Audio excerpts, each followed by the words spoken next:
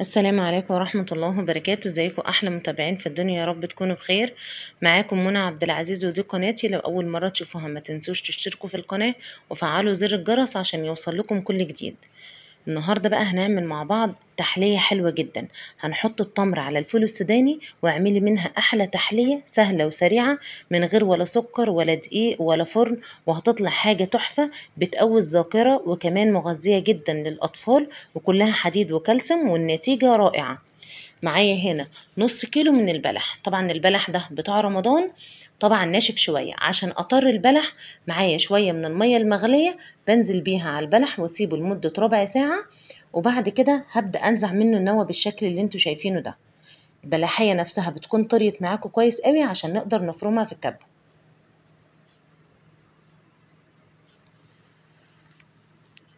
الوصفة اللي احنا هنعملها دي مع بعض كلها حديد وكالسيوم، ونتيجتها هتبقى رائعة جدا. معايا هنا 100 جرام من السوداني المحمص او اي نوع مكسرات لو انتوا متاح عندكم. بجرش السوداني في الكبة بالشكل اللي انتوا شايفينه ده، جرشة خشنة شوية.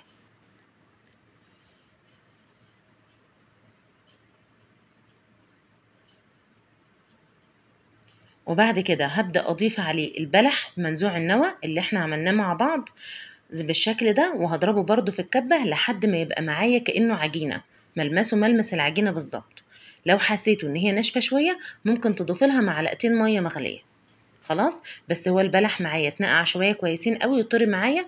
بعد كده نزعت منه النوى وضربته، وشوفوا ما شاء الله بقت العجينة طرية بالشكل اللي انتوا شايفينه ده، اقدر اشكلها كويس جدا.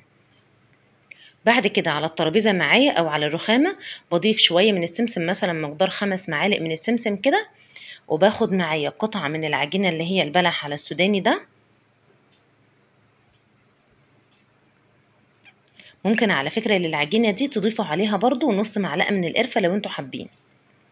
بضيف السوداني السمسم بالشكل اللي انتوا شايفينه ده، وهبدأ ألف في السودان في السمسم. لو لزقت في ايدك ممكن تضيف تعوزي ايدك نقطة او تبلي ايدك نقطة من الزيت، وتفضلي تلفي العجينة بشكل اسطواني زي ما انتوا شايفين كده. بفردها على شكل اسطوانة، وبعد كده هبدأ ارفعها على ورق زبدة. تاني هنضيف معلقتين او 3 من السمسم، وهلف العجينة بالشكل اسطواني عشان اغطي العجينة كلها بالسمسم. طبعا السمسم مع السوداني مع البلح يعني وصفة مغذية جدا جدا ومفيدة قوي لولادنا. ممكن تكتروا السمسم، ممكن تقللوه على حسب ما انتوا محتاجين. ممكن تحطوا معلقتين 3، تفردوهم على الترابيزة، وبعد كده تجيبوا قطعة العجينة، تبلوا ايديكم نقطتين من الزيت لو حسيتوا ان هي بتلزق في ايديكم، وبعد كده تنزلوا العجينة على السمسم وتبدأوا تلفوها مع بعض كده. تلفوا السمسم مع العجينة كده لحد ما تبقى على شكل اسطوانة. هنغطيها كلها بالسمسم كده.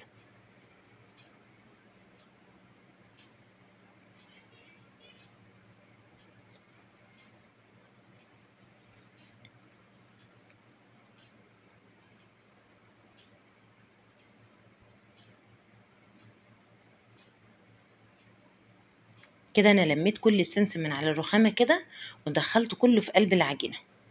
اتعمل كل العجينة بالشكل اللي انتوا شايفينه ده، هتعمل معانا مقدار ما شاء الله كويس جدا.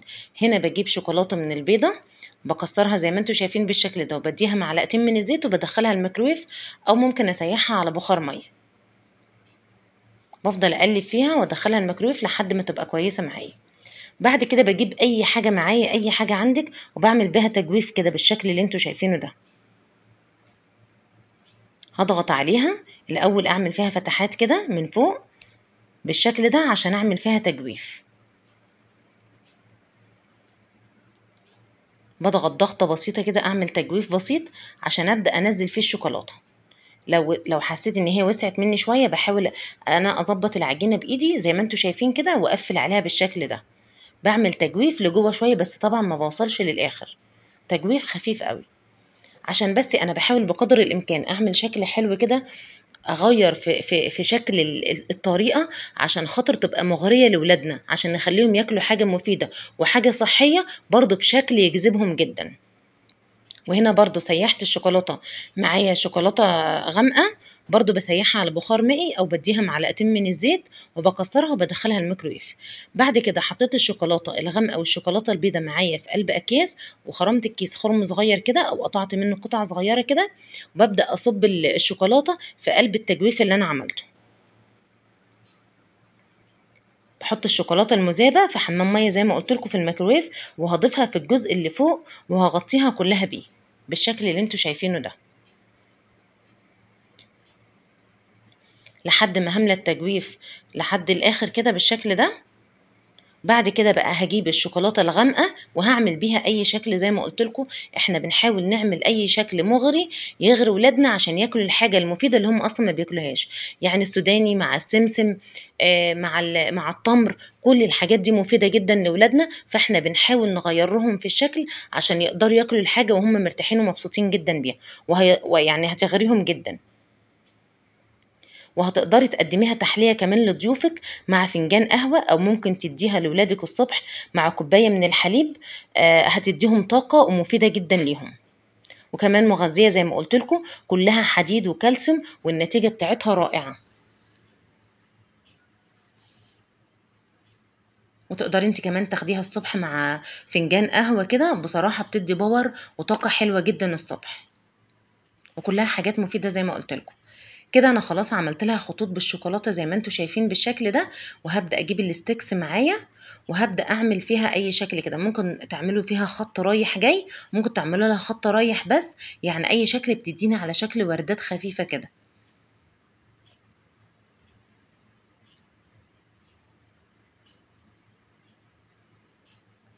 احنا بنحاول نعمل اي شكل، انتوا اعملوا اي شكل انتوا حابينه او مرتاحين ليه.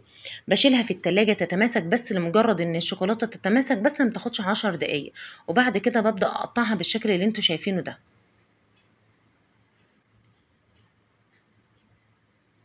طبعا انا كده غيرت من طعم التمر مع طعم المكسرات، وكمان غيرت من الشكل، فبتخلي الولاد ياكلوهم هم مبسوطين جدا، وبتعمل لهم اغراء حلوة قوي. وكمان برضو قدام ضيوفك انت بتقدمي تحلية شكلها حلو جدا وسهلة وموجودة في البيت، وحاجات مكونات طبعا مش مكلفة خالص، يعني لو جاي لك ضيوف تقدري تقدمها لهم تحلية بقى شكلها شيك جدا. هنقطع الكمية كلها بالشكل اللي انتوا شايفينه ده، وشوفوا ما شاء الله لما يكون معايا نص كيلو من التمر او نص كيلو من البلح عندك كده، مع 100 جرام من السوداني، شوفوا ما شاء الله هيطلع معايا كمية قد ايه. بشيل طبعا الطرف كده الاول، بقطعه بالسكينة واشيل الطرف كده، وابدأ اقطعها كلها بالشكل اللي انتوا شايفينه ده.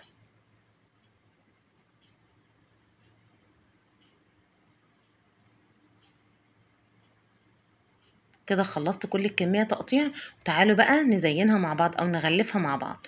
انا عندي الورق دوت بتاع الكب كيك وكبير شوية، ممكن تجيبوا ورق اصغر من كده كمان، وتبدأوا بقى تحطوا في ورقة الكب كيك، تحطوا فيها القطع بالشكل ده، وتبدأوا ترصوها بالشكل اللي انتوا شايفينه ده. ممكن برضو ترصوها بأي شكل انتوا حابينه، انا بديكوا افكار بس مش اكتر.